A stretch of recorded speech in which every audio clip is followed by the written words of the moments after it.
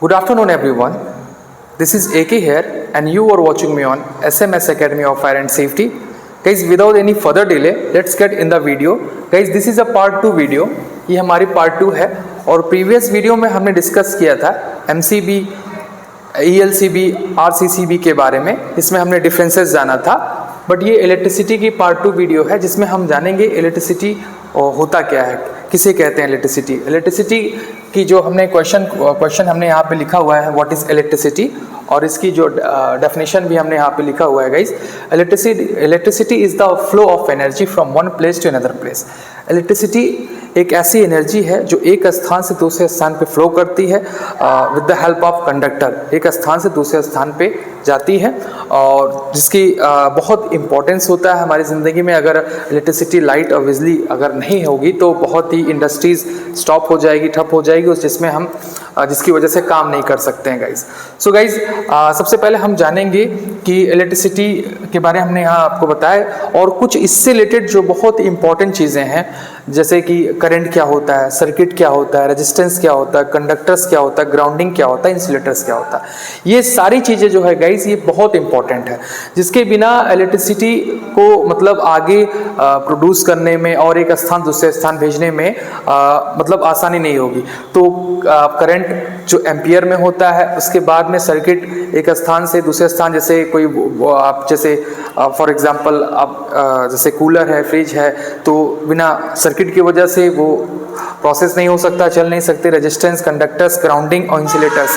सो insulators भी बहुत सारी इंपॉर्टेंट है, हमें इलेक्ट्रिक शॉक लगने से बचाता है. तो ये सारी चीज़ें बहुत इंपॉर्टेंट थी. So that's why I am making this video on it.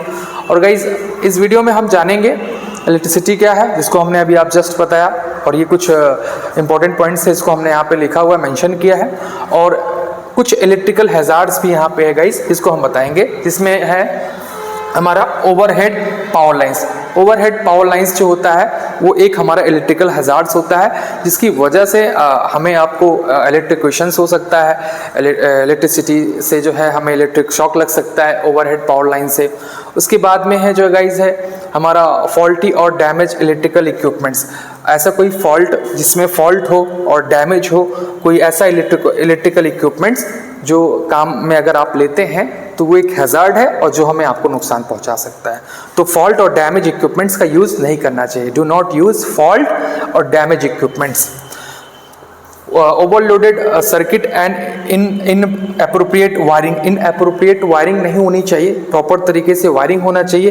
कहीं पे अगर बहुत सारे जॉइंट्स लगे होते हैं, उस पर लगे भी होते हैं तो उस पर टेप नहीं लगे होते हैं, इंसुलेटर नहीं होता, इंसुलेटेड नहीं होता है. ठीक है. ओवरलोड सर्किट पे अगर आप देंगे, एक कूलर चल रहा है तो उस पर 3-4 चलाएंगे एक ही सर्किट पे, तो क्या हो सकता है, उसमें एक्सप्लोजन हो सकता है और हो सकता है मे बी फायर लग सकता है. तो ये सारी कैटेगरीज की प्रॉब्लम आ सकती है.